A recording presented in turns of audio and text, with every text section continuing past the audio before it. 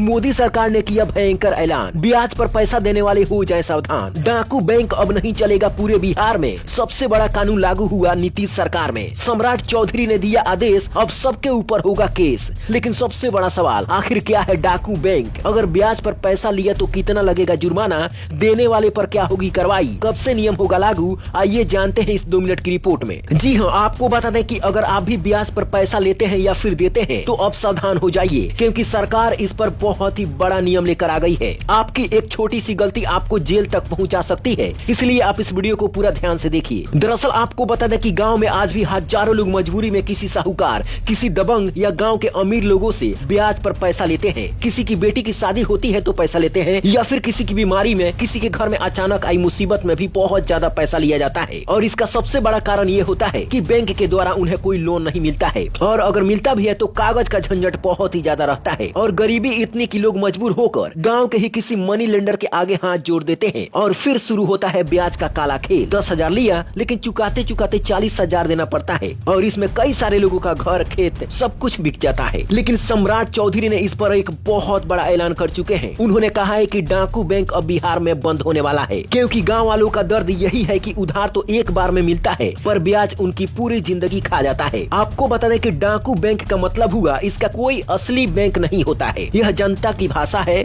उस उधारी सिस्टम के लिए जिसमें ब्याज इतना ज्यादा लिया जाता है कि आदमी डाकू से लूटा हुआ महसूस करता है। मतलब कोई भी अमीर व्यक्ति अगर किसी गरीब को ब्याज पर पैसा देता है तो पैसे के साथ साथ उसका खून भी चूस लिया जाता है। और बिहार के उप मुख्यमंत्री सम्राट चौधरी ने खुद कहा है, डाकू बैंक वाली बात अब मजाक नहीं रहेगी, अब कानून चलेगा। नीतीश ने सबसे बड़ा कानून लागू करते हुए साफ कह दिया है और साफ आदेश दे दिया है कि जो ब्याज पर अवैध लेन देन करेगा उसके ऊपर दर्ज होगा केस, और उधार देने वाले की मनमानी अब बर्दाश्त नहीं की जाएगी। यानी अगर आप ब्याज पर पैसे की लेन देन करते हैं तो सावधान हो जाइए। लेकिन फिर भी अगर ब्याज पर पैसा लेन देन करना है तो इसके लिए आरबीआई का गाइडलाइंस है। इसके लिए आपको लाइसेंस लेना पड़ेगा। अगर आपके पास में लाइसेंस है तो आप आसानी से इस प्रकार के लेन देन कर सकते हैं, लेकिन बिना किसी लाइसेंस का अगर लेन देन किया तो आपके ऊपर बहुत ही बड़ा कानूनी कार्रवाई किया जा सकता है, और इसमें आपके ऊपर केस भी हो सकता है, आप जेल की हवा भी खा सकते हैं। क्योंकि सरकार ने बिल्कुल क्लियर कह दिया है कि जो लोग अवैध तरीके से ब्याज चलाते हैं, उनसे वसूली करते हैं, डराते हैं, धमकाते हैं, उन सभी लोगों पर अब सीधे एफआईआर दर्ज हो सकती है। जुर्माना कितना लगेगा? राज्य सरकार के अनुसार मामला गंभीर हुआ तो मोटा जुर्माना लगेगा, जेल भी हो सकती है, और कर्ज वसूली का पूरा सिस्टम जब्त भी हो सकता है। यानी आप जिंदगी भर में किसी को पैसा देने लायक नहीं रह पाएंगे। लेकिन सबसे बड़ा सवाल यह है कि आखिर बिहार में इस नियम को कब से लागू किया जाएगा?